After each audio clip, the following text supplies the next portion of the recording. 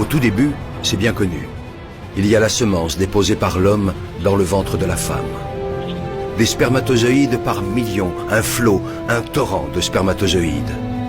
Tous vont mourir, tous, sauf un. Pour eux, les messagers de la vie, c'est le début d'une véritable course au trésor, d'un sprint éperdu de plusieurs heures vers un rendez-vous galant, avec au bout, peut-être, la récompense du haut vainqueur et une fabuleuse promesse de vie. La rencontre avec un ovule. Agitant leur flagelle, les spermatozoïdes progressent des heures durant, millimètre par millimètre, obstacle après obstacle. Le vagin et son acidité meurtrière, le passage encombré du col de l'utérus, l'utérus lui-même. Un véritable parcours du combattant. Les plus fragiles, les mal formés et les traînards capitulent. D'autres restent piégés ou s'égarent en chemin. Là se présentent deux tunnels différents, deux voies possibles.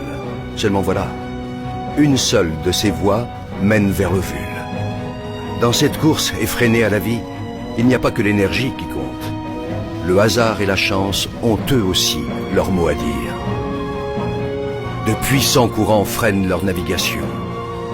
Des vagues font onduler un tapis de cils qui contrarie leur progression. Imaginez, les concurrents encore en lice ont déjà presque parcouru l'équivalent, pour eux, de la distance qui sépare la Terre de la Lune. Et pourtant, l'irrépressible force de la vie les pousse sans cesse vers l'avant. Enfin, au bout du long tunnel obscur, tel un astre mystérieux, l'ovule. Il suffit qu'un seul spermatozoïde, un seul, atteigne l'ovule, y pénètre et fusionne avec lui pour que naisse un espoir de vie. Chacun de ces millions de spermatozoïdes porte en lui son secret. C'est à ce moment-là que se joue la loterie de l'existence. Ils ne sont désormais qu'une centaine à explorer la surface de l'ovule.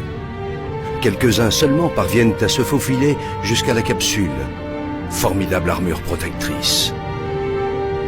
Dernière agitation, ultime frénésie, soudain l'un d'entre eux finit par trouver la voie. Ça y est, c'est lui, le seul, l'unique. Aussitôt percé, la carapace durcit et les autres spermatozoïdes se heurtent à une barrière infranchissable. Pour eux, le voyage est terminé. Si près du but.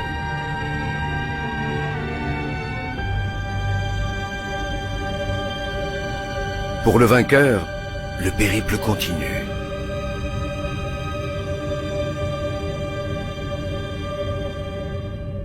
Il perd son flagelle, devenu inutile, et libère son trésor. Le patrimoine génétique de Manu s'unit à celui de Barbara.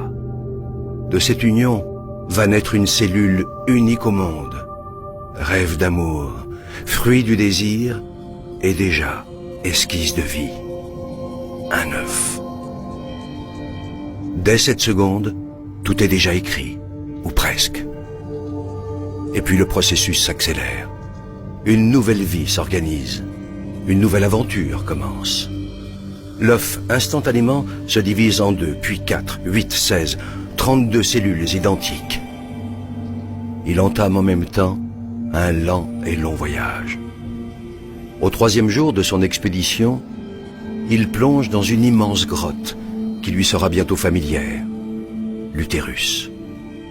Au 6e jour, l'œuf sort de sa coque et se pose délicatement sur la paroi de ce très accueillant refuge. Il se construit un nid où, sauf imprévu, il a élu domicile pour 9 mois. Pourquoi j'ai choisi Manu comme papa?